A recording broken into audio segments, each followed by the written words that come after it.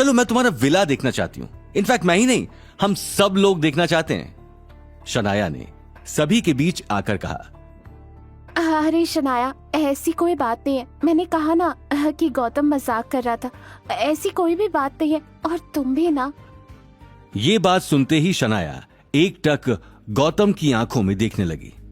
ठीक है, तुम्हारा विला न सही, मेरा मतलब जो है नहीं वो देखने नहीं जा सकते, लेकिन मेरा विला देखने तो तुम चल ही सकती हो ना।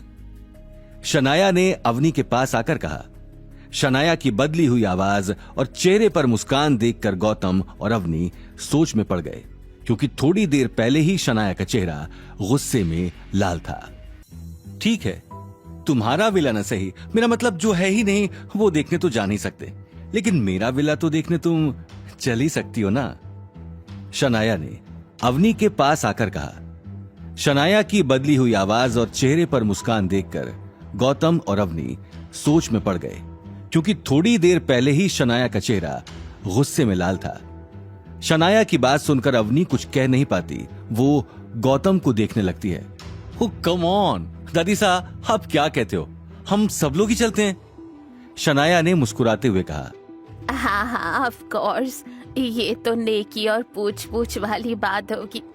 चलो हम भी देखें हमारी पोती शादी करके किस विला की मालकिन बनने वाली है। ये बात कहते ही गायत्री देवी तिरछी निगाहों से गौतम और अवनी को देखने लगी। वो अवनी को नीचा दिखाने का कोई मौका गंवाना नहीं चाहती थी। इससे पहले कि अवनी कुछ कह पाती, सभी लोग वहां से निकल गए। अब अवनी और गीता के पास कोई चारा नहीं था। क्या जरूरत थी ये सब करने की? पहले ही हमारी यहाँ क्या कम बेइज्जती हो रही है जो तुम उस पर मोहर लगा रहे हो? गीता ने गौतम से गुस्से में कहा और बिना गौतम का जवाब सुने ही वहां से निकल गई।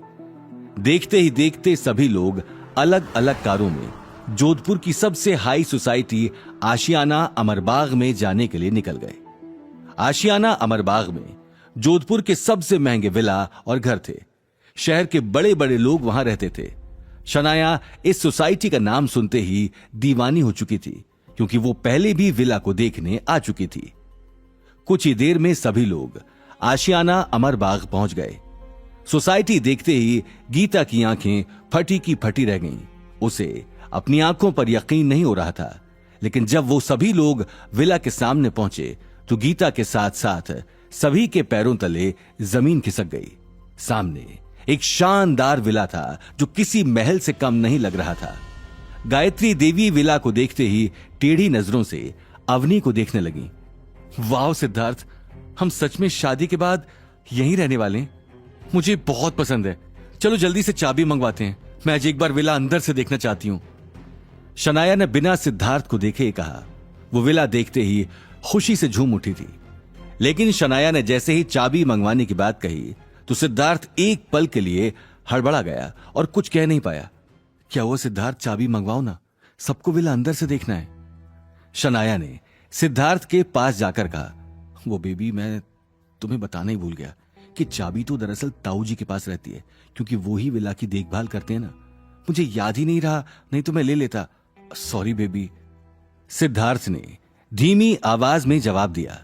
ये बात सुनते ही शनाया चुप हो गई।